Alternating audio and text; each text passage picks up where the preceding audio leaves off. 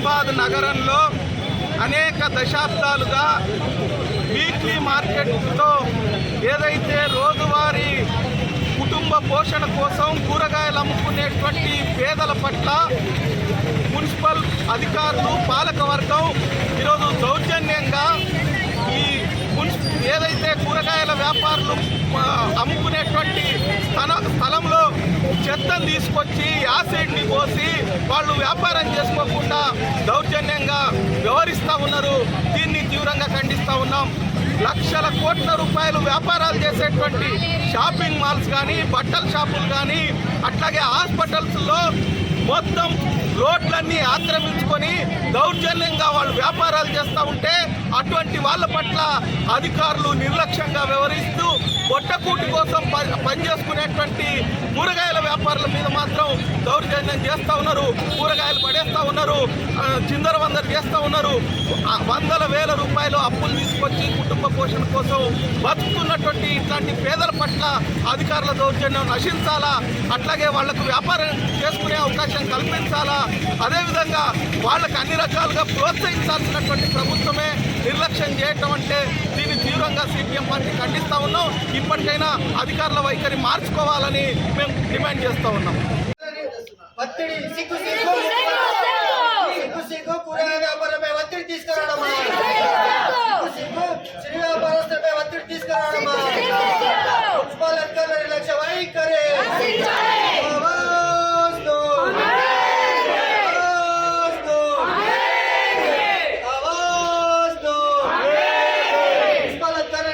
ఇప్పటికే కార్పొరేట్ సంస్థలు మార్కెట్లోకి వచ్చి అన్ని రకాల చిరు వ్యాపారస్తులని తోపుడు వాళ్ళ పొట్టలు కొట్టింది.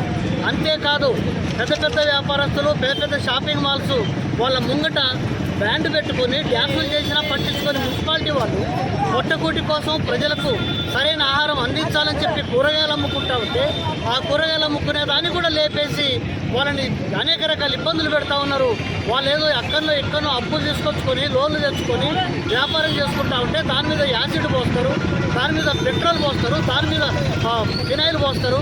ఏమి నీతి అయ్యా మీద మేము అడుగుతా ఉన్నాం. మీకు మానవత్వం లేదా? మానవత్వం ఉంటే మీరు కూరగాయలు తినడం బంద్ చేయండి. మీరు కూరగాయలు తినడం అందించేటువంటి కూరగాయల వ్యాపారస్తుల మీద మీ దౌర్జన్యం, ప్రజల్ని దోసుకునే వాళ్ళ మీద చేయండి మీ దౌర్జన్యం అని చెప్పి మీ సందర్భంగా మున్సిపాలిటీ అధికారులు హెచ్చరిస్తూ ఉన్నాం. అంతేకాదు ఎక్కడెక్కడి నుంచో ఉన్నటువంటి చెత్తను తీసుకుపోయి చెత్త డంపులు పడేయడానికి బదులుగా ఆ చెత్తను తీసుకొచ్చి జన నివాసాలలో ప్రజలందరూ తిరిగేటువంటి చౌరస్తలో మోటాకి చౌరస్తలా వాడు చెత్త పోసిందంటే నువ్వు ఏం శుభ్రతని కాపాడుతావు, ఏం స్వచ్ఛ భారత్ని కాపాడుతావు? ఇదేనా నీ మున్సిపాలిటీ యొక్క స్వచ్ఛ భారత్ నినాదం? ఇదేనా నీ పద్ధతి? అందుకోసం చెప్తా ఉన్నాం, ఆ చెత్తని శుభ్రంగా ఊడ్చాలి. మొత్తం అలుకు పెట్టినట్టుగా ఊడ్చిన తర్వాత అదే ప్లేస్లో కూరగాయల వ్యాపారస్తులు వెంటనే కూరగాయలు అక్కడ అమ్ముకుంటారు. నువ్వు అక్కడ చేసినావు, మార్కెట్ ఏర్పాటు చేసినావు. ఆ మార్కెట్ ఏర్పాటు చేసిన దాంట్లో అమ్ముకోవడానికి అవకాశం లేదు. అక్కడ పెట్టుకున్న వీళ్ళు పొద్దున్నాక కూర్చున్న అమ్ముడు పోవు. ఈ వస్తువులు ఒక వారం 10 రోజులు నిల్వ ఉండేటువంటి వస్తువులుగా కూరగాయలు ఇవాళ ఉదయం తెచ్చుకుంటే సాయంత్రం వరకు అమ్మకపోతే అవి ఖరాబ్ అయిపోతాయి, వాళ్ళు నష్టపోతారు, మరింత రోడ్డు మీద పడతారు. అందుకోసం వాళ్ళకి అమ్ముకునే అవకాశం కల్పించాలి. అక్కడ చేయాలంటే దాన్ని ఏర్పాటు చేసిన తర్వాతనే వాళ్ళు అక్కడికి పోతారు తప్ప అప్పటి వరకు దీన్ని అమ్ముకుంటారు. లేని పక్షంలో ఒక్కొక్క కుటుంబానికి నెలకు 25,000 రూపాయలు మీరు సప్లై చేయండి, జీతంలో ఇవ్వండి, వాళ్ళు కూరగాయలు అమ్మరు అని చెప్పి మేము హెచ్చరిస్తా ఉన్నాం. అందుకొరకు చిరు వ్యాపారస్తుల మీద కూరగాయల వ్యాపారస్తుల మీద దౌర్జన్యం చేయడం అనే దాన్ని మానుకోవాలి.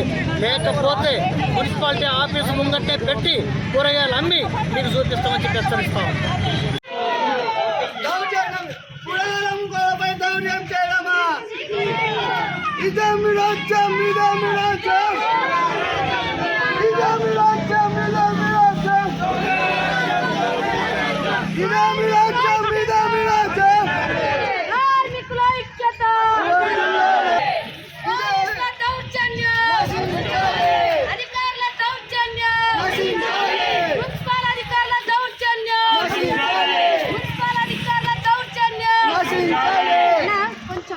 నిజామాబాద్ జిల్లాలో వీక్లీ బజార్ దశాబ్దాలుగా ఇక్కడ కొనసాగుతూ ఉంది.